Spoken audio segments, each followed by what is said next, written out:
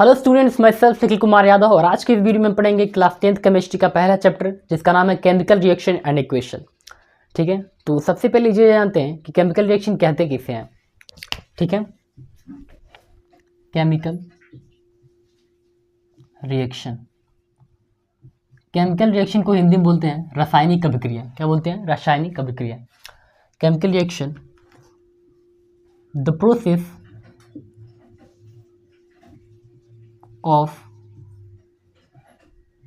chemical change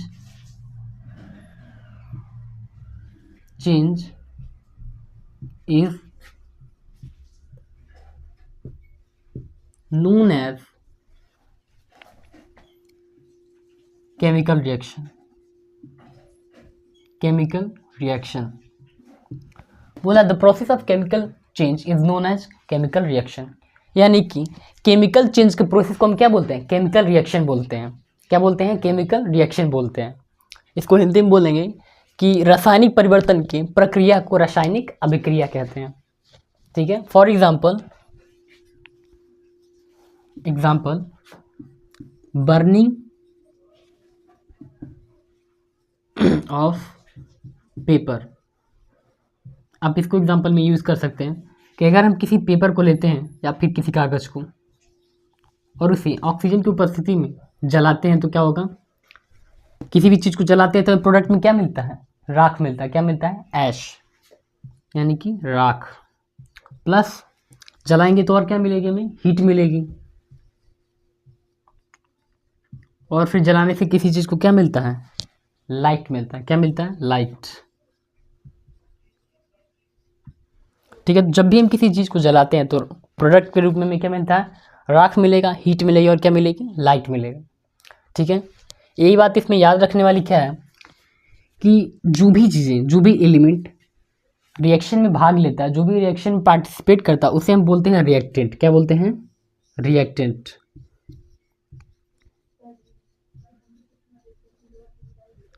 और जो भी रिएक्शन के बाद हमें मिलता है उसे हम क्या बोलते हैं? प्रोडक्ट बोलते हैं। क्या बोलते हैं? प्रोडक्ट। प्रोडक्ट को हिंदी में बोलते हैं उत्पाद। क्या बोलते हैं? उत्पाद। और रिएक्टेंट को हिंदी में क्या बोलते हैं? अभिकारक।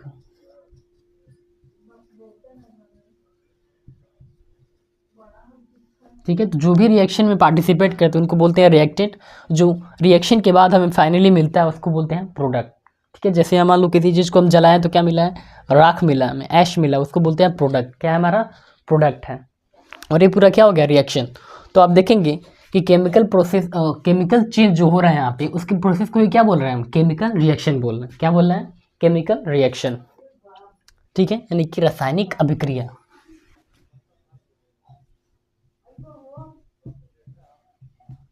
रासायनिक अभिक्रिया। ठीक, तो नोट कीजिए। इसके बाद हम पढ़ेंगे टाइप्स ऑफ केमिकल रिएक्शन। ठीक है, नोट कीजिए इसे।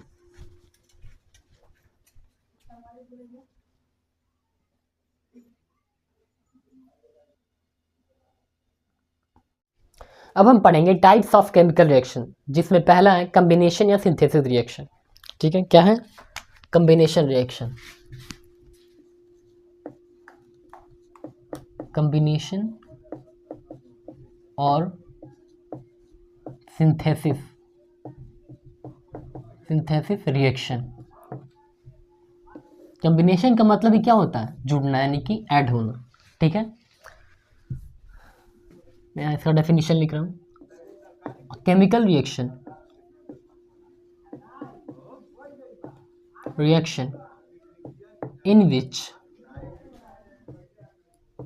in which two or more reactant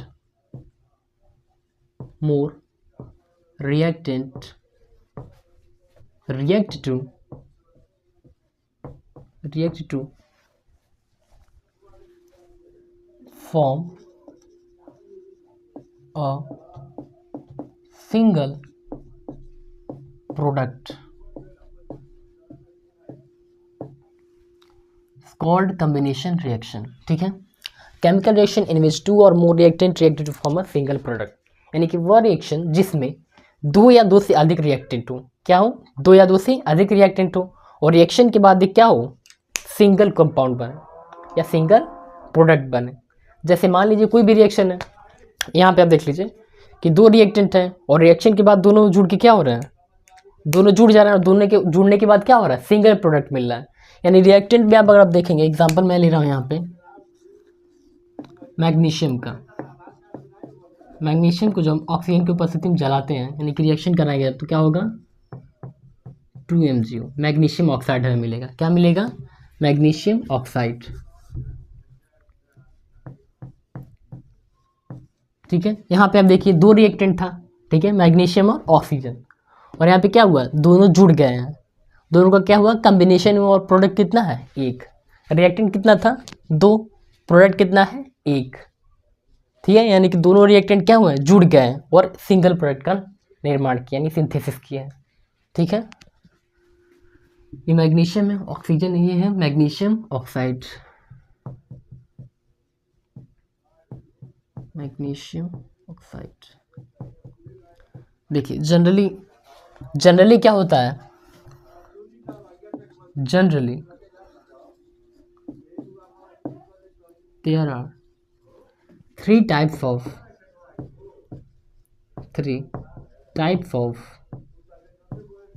combination reaction।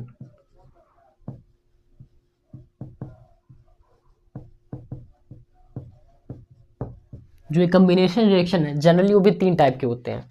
ठीक है, उनको भी आपको याद रखना है। पहला क्या हो सकता है, कम्बिनेशन ऑफ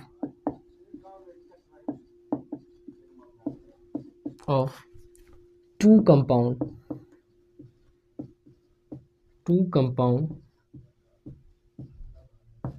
to form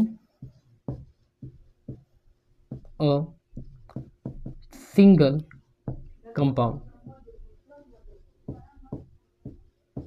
ठीक है, ऐसा भी हो सकता है कि 2 कंपाउंड हो और दोनों कंपाउंड जुड़कर क्या बनाए, एक सिंगल कंपाउंड का निर्माण करें, ऐसे भी हो सकता है। दूसरा क्या कंडीशन हो सकता है इसमें, combination of two elements, 2 elements जुड़कर क्या करें, सिंगल एलिमेंट का, एक सिंगल कंपाउंड का निर्माण करें, ऐसे भी हो सकता है। ठीक, और तीसरा कंडीशन क्या हो सकता है, देखिए जब 2 कंपाउंड मिलकर एक सिंगल कंपाउंड का निर्माण करेंगे तब भी इसी में आएगा, सिंथेसिस रिएक्शन में। और अगर 2 एलिमेंट मिलकर एक सिंगल कंपाउंड का निर्माण करेंगे तब भी ये मतलब सिंथेसिस रिएक्शन ही होगा, कम्बिनेशन रिएक्शन ही होगा। और अगर combination of an element and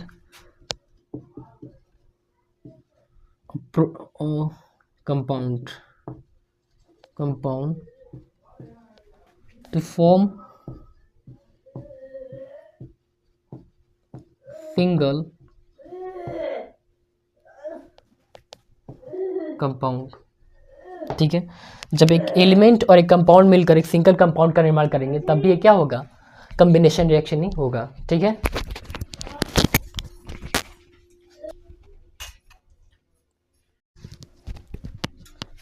ठीक है, तो इसके बाद हम पढ़ेंगे डिकम्पोजिशन रिएक्शन। डिकम्पोजिशन रिएक्शन जो होता है कॉम्बिनेशन रिएक्शन का पूरा क्या उल्टा होता है, एकदम अपोजिट।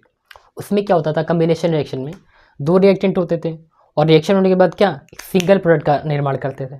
ठीक है, डिकम्पोजिशन रिएक्शन में क्या होता है कि एक सिंगल रिएक्टेंट होगा और रिएक्शन के बाद ब्रेक्स डाउन होगा, उसको 2 या 2 से अधिक क्या बनाएगा, प्रोडक्ट बनाएगा। ठीक है, देखते हैं इसको। सबसे पहले मैं इसका डेफिनेशन लिखूंगा यहाँ पे, chemical reaction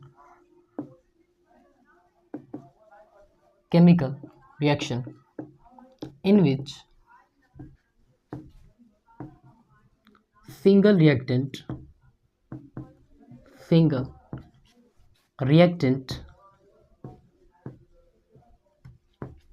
breaks down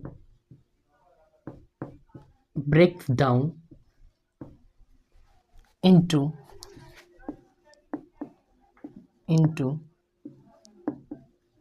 two or more products।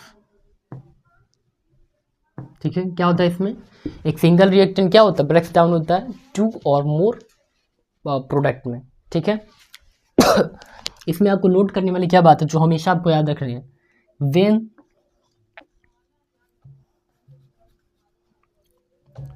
when the energy is supplied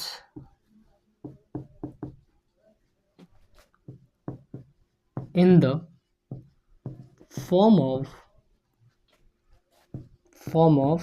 heat,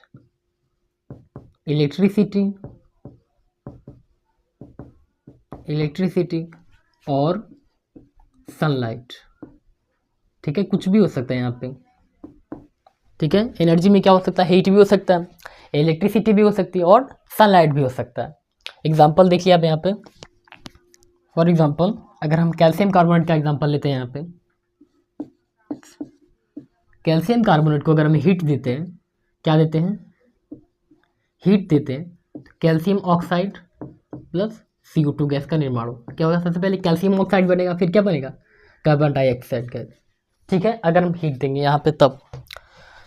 फिर अगर आप एक एग्जांपल लो AgBr का, ठीक है, इसमें जब आप सनलाइट देंगे, ठीक है, सनलाइट को ऐसे भी कर सकते हैं HNu करके, ठीक है, या फिर ऐसे, दोनों में से कोई भी लिख सकते। सनलाइट अगर देते हैं यहाँ पे तो क्या होगा, प्लस Pr2 का निर्माण होगा। ठीक है, ये सिंथेसिस होगा। यहाँ पे देखिए एक सिंगल रिएक्टेंट है, ठीक है, और रिएक्शन होने में क्या हो रहा है, मल्टीपल प्रोडक्ट बन रहा है यहाँ पे, यानी कि एक से अधिक प्रोडक्ट बन रहा है, और रिएक्टेंट कितना है, सिंगल है, तो ये क्या हो जाएगा हमारा डिकम्पोजिशन रिएक्शन। ठीक है, तो नोट कीजिए इसे, फिर चलते अपने नेक्स्ट रिएक्शन पे।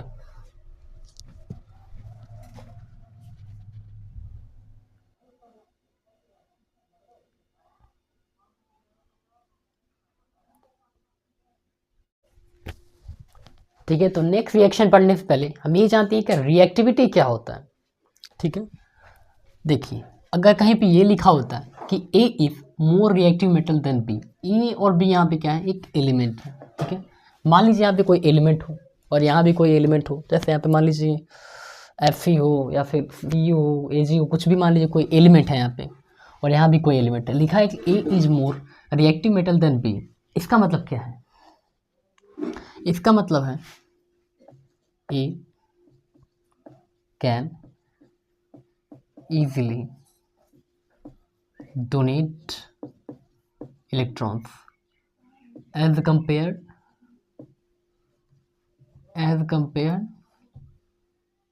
to B।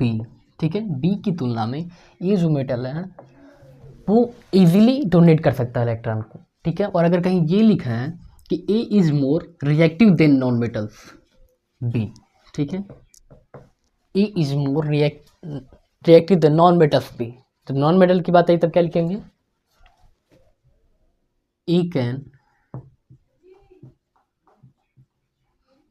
easily accept electron as compared B। ठीक है, यहाँ पे देखिए जब मेटल होगा तब क्या लिखेंगे, मेटल जब होगा उस कंडीशन में लिखेंगे A can easily donate electron pair. ठीक है, इजीली डोनेट कर सकता है, और अगर नॉन मेटल के साथ होगा तब बोलेंगे A can easily accept electron as compare B। ठीक है, अब हम पढ़ेंगे displacement reaction. Displacement reaction,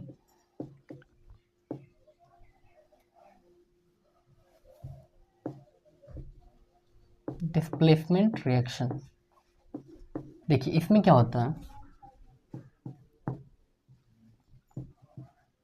chemical reaction in which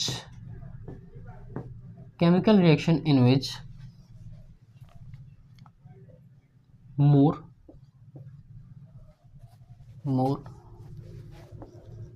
reactive element displaces less electron less reactive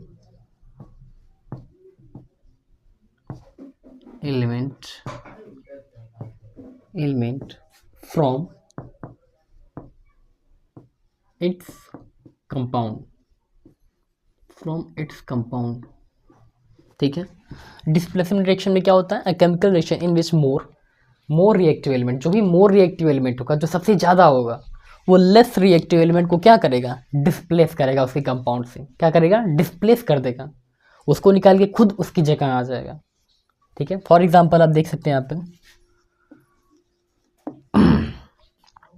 अगर Fe है CuSO4, ठीक है, तो यहाँ पे Fe क्या है, Cu से ज़्यादा, मतलब ये मोर रिएक्टिव एलिमेंट है, और ये क्या है, लेस रिएक्टिव एलिमेंट है। किसके सामने, इसके सामने, ठीक है। तो ये क्या करेगा, फिर क्या करेगा, कॉपर को डिस्प्लेस कर देगा, और उसके बाद क्या होगा, ये इसको डिस्प्लेस कर देगा और इसके साथ आके जुड़ जाएगा, तो होगा FeSO4 प्लस कॉपर को तो डिस्प्लेस कर दिया, तो यहाँ पे किनारे हो जाए, ठीक है। फिर आप एक और रिएक्शन देख सकते हैं, अगर हम जिंक का कराते हैं, FeSO4 से, तो Fe की तुलना में जिंक ज़्यादा रिएक्टिव है, और इसके सामने जो आयरन है क्या है, फेरस क्या है, लेस रिएक्टिव है। तो जिंक क्या करेगा, Fe को डिस्प्लेस कर देगा। क्या करेगा, डिस्प्लेस कर देगा। क्यों, क्योंकि ये मोर रिएक्टिव है और ये इसकी तुलना में कंपेयर में क्या है, लेस रिएक्टिव, ठीक है। इसको डिस्प्लेस करके खुद इसके साथ आके जुड़ जाएगा, इसी कंपाउंड के साथ, तो बनेगा हमारा प्रोडक्ट जिंक सल्फेट, ठीक है। यहाँ बाहर आ जाए, ठीक है। तो ये था हमारा डिस्प्लेसमेंट रिएक्शन, ठीक है। इसमें क्या होता है, more reactive element less reactive element को डिस्प्लेस कर देता है उसके कंपाउंड से, और खुद उसकी जगह आके बैठ जाता है, ठीक है। तो नोट कीजिए इसे।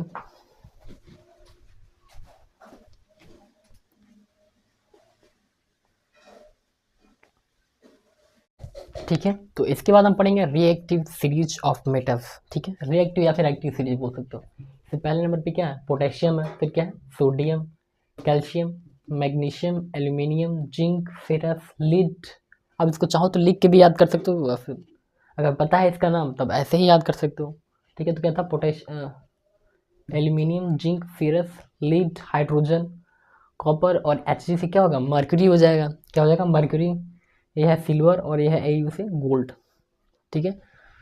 तो आपको ऐसे एज इट इज याद करना है, ठीक है। ये रिएक्टिव सीरीज ऑफ मेटल्स है, ठीक है। इसके बाद हम पढ़ेंगे अपना डबल डिस्प्लेसमेंट रिएक्शन। इससे पहले हम क्या पढ़े थे, डिस्प्लेसमेंट रिएक्शन, अब पढ़ेंगे double displacement of reaction. Double displacement reaction, ठीक है। इसमें क्या होता है, अ chemical reaction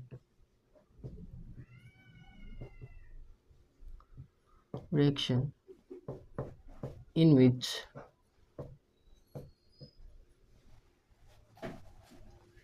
there is an exchange of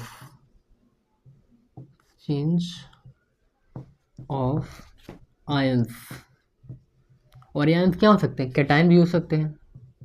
क्या हो सकते हैं, कैटायन भी हो सकते हैं, और क्या हो सकते हैं, एनायन भी हो सकते हैं। ज़रूरी नहीं है कि कैटायन का ही मतलब चेंज होगा, एनायन भी हो सकता है, कैटायन भी हो सकता है, ठीक है। बिटवीन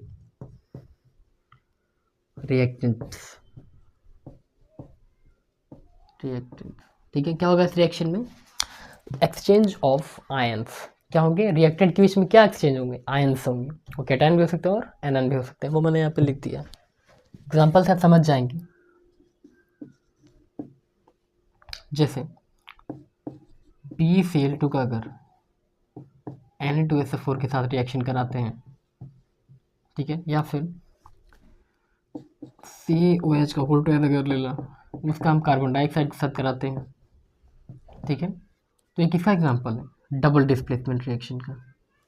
यहाँ पे देखिए बेरियम सल्फेट के साथ आ जाएगा यहाँ पे, BaSO4 हो जाएगा, बेरियम सल्फेट बनेगा, और यहाँ पे ClNa पॉजिटिव नेगेटिव एक साथ हो जाएंगे, +2NaCl। ठीक है, यहाँ पे COH का होल्ड है, तो यहाँ क्या है, कार्बन डाइऑक्साइड है। इन दोनों को रिएक्शन करेंगे तो क्या बनेगा, सबसे पहले तो कैल्शियम कार्बोनेट का फॉर्म होगा। क्या फॉर्म होगा, कैल्शियम कार्बोनेट प्लस H2O बनेगा। क्या बनेगा, H2O बनेगा। ठीक है, तो ये क्या था, डबल डिस्प्लेसमेंट रिएक्शन था, इसे भी नोट कर लीजिए। ठीक है,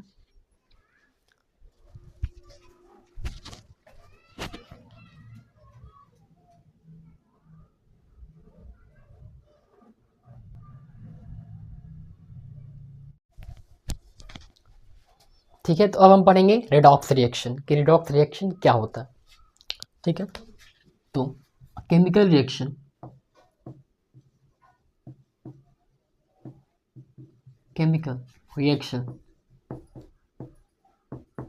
इन विच, जिसमें oxidation and reduction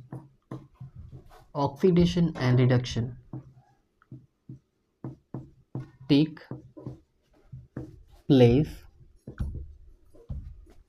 simultaneously।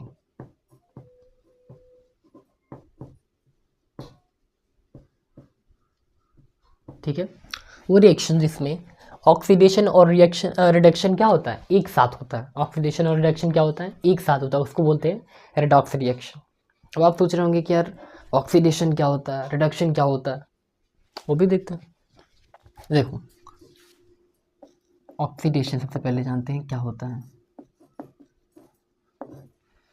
Oxidation में क्या होता है, एडिशन ऑफ ऑक्सीजन। क्या होता है, एडिशन ऑफ ऑक्सीजन और रिमूवल ऑफ, या फिर ऐसे भी समझ सकते हैं, removal of hydrogen. Hydrogen remove होता है और ऑक्सीजन ऐड होता है, उसको बोलते हैं ऑक्सीडेशन। और रिडक्शन क्या होता है,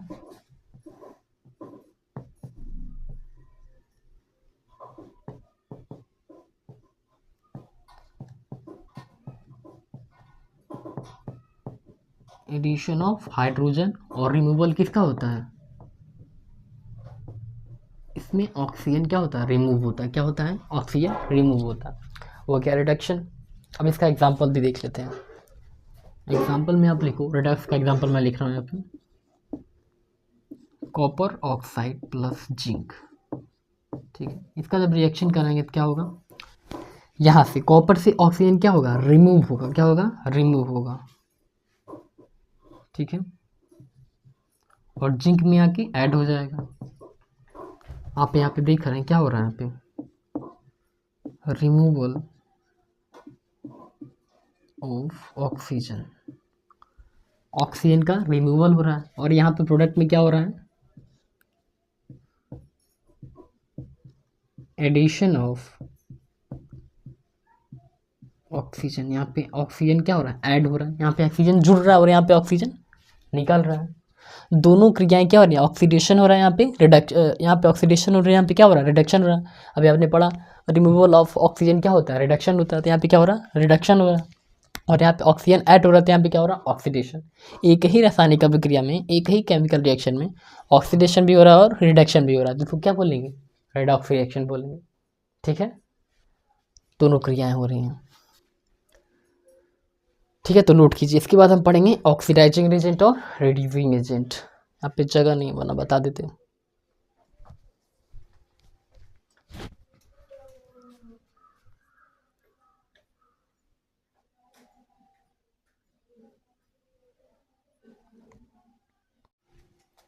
ठीक है, तो इसके बाद हम जानेंगे कि ऑक्सीडाइजिंग एजेंट किसे कहते हैं और रिड्यूसिंग एजेंट किसे कहते हैं। तो यहाँ पर लिखा oxidise others and itself get reduce, यानी वो जो दूसरे को क्या करते हैं, ऑक्सीडाइज करते हैं और खुद क्या हो जाते हैं, रिड्यूस हो जाते हैं। ठीक है, अब इस तरह समझिए। दूसरा क्या है इन लोगों को समझने का, इस बात को कि ये क्या देते हैं, ऑक्सीजन देते हैं, give oxygen and gain of hydrogen. Hydrogen ग्रहण करते हैं और ऑक्सीजन देते हैं, तो हमें अब क्या बोल देंगे, वो क्या है, ऑक्सीडाइजिंग एजेंट है। जैसे इस रिएक्शन में आप देख रहे हैं तो कॉपर देखिए ऑक्सीजन को क्या किया, लूज किया, ऑक्सीजन दे रहा है यहाँ पे, और जिंक ने क्या किया, ऑक्सीजन को ग्रहण किया, गेन ऑफ ऑक्सीजन यहाँ पे।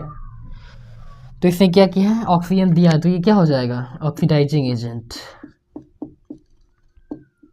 और आपको पता है जो भी ऑक्सीडाइजिंग एजेंट होते हैं, दूसरों को तो उसने यहाँ पे क्या ऑक्सीडाइज कर दिया, लेकिन खुद क्या हो गया, रिड्यूस हो गया, खुद क्या हो गया, कॉपर रिड्यूस हो गया यहाँ पे। ठीक है, ठीक है। नेक्स्ट क्या है, रिड्यूसिंग एजेंट। रिड्यूसिंग एजेंट भी ठीक उसका उल्टा है, रिड्यूस अदर्स, दूसरों को क्या करते हैं, रिड्यूस करते हैं, और खुद क्या हो जाते हैं, एंड इट सेल्फ ऑक्सीडाइज्ड, खुद क्या हो जाते हैं, ऑक्सीडाइज हो जाते हैं, और दूसरे को रिड्यूस करते हैं। ठीक, तो ये भी हो गया। नेक्स्ट टॉपिक है हमारा शायद कोरोसिन है, हाँ कोरोसिन पढ़ेंगे, नोट कीजिए इसे।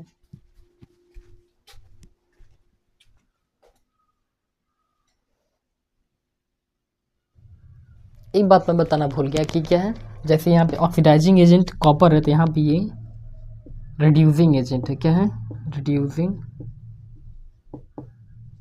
एजेंट है। ठीक, रिड्यूसिंग एजेंट में क्या है, कॉपर, ऑक्सीडाइजिंग एजेंट है। ठीक, नोट कीजिए इसे।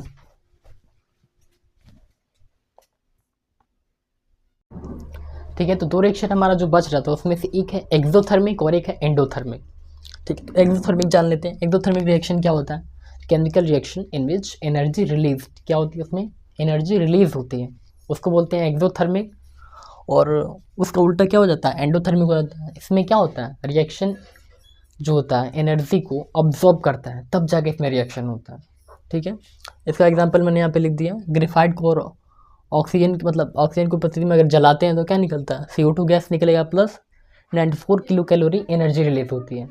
ठीक है, एंडोथर्मिक रिएक्शन में क्या होता है, जब भी नाइट्रोजन ऑक्सीजन के साथ हम ऐड करते हैं उसको, तो 45 किलो कैलोरी एनर्जी की ज़रूरत पड़ती है।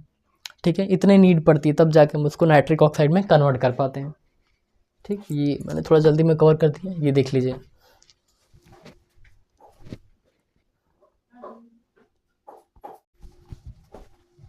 ठीक है, तो इसके बारे में जानेंगे कोरोसिन के बारे में। कोरोसिन में क्या होता है कि कोई भी मेटल, मतलब ये कोरोसिन एक रिएक्शन है जिसमें कोई भी मेटल हो, ऑक्सीजन और मॉइस्चर की उपस्थिति में धीरे धीरे क्या हो जाता है, डिस्ट्रॉय हो जाता है। सबने सुना होगा, गाँव में एक देहाती भाषा है मूर्छा लगना।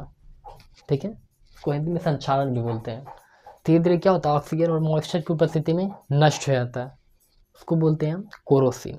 ठीक है, इससे अगर ये कहा जाए कि कोरोसिन से बचाने के उपाय क्या हो सकते हैं, उसको सेफ रखने के किसी भी चीज़ को, तो वो हो सकता है कि जब लोहे पे जंग लगता है, क्या करते हैं, उस पर पेंट अगर लगा दिया जाए तो बचाया जा सकता है किसी भी चीज़ को। जैसे लोहे पे हम लोग पेंट कर देते हैं तो बच जाता है मूर्छा लगने से। ठीक है, नेक्स्ट है हमारा रेंसिडिटी। इसको हिंदी में बोलते हैं विकृत गंधेता। क्या बोलते हैं, विकृत गंधेता। ये क्या होता है, जब भी ऑयल या फिर ऑयल से मेड जो चीज़ें होती हैं खाने लायक, उनको अगर हम बाहर खुला छोड़ देते हैं तो उनके क्या होता है, टेस्ट में कुछ चेंजेस हो जाते हैं, उसको बोलते हैं रेंसिडिटी। ठीक है, क्या बोलते हैं, रेंसिडिटी।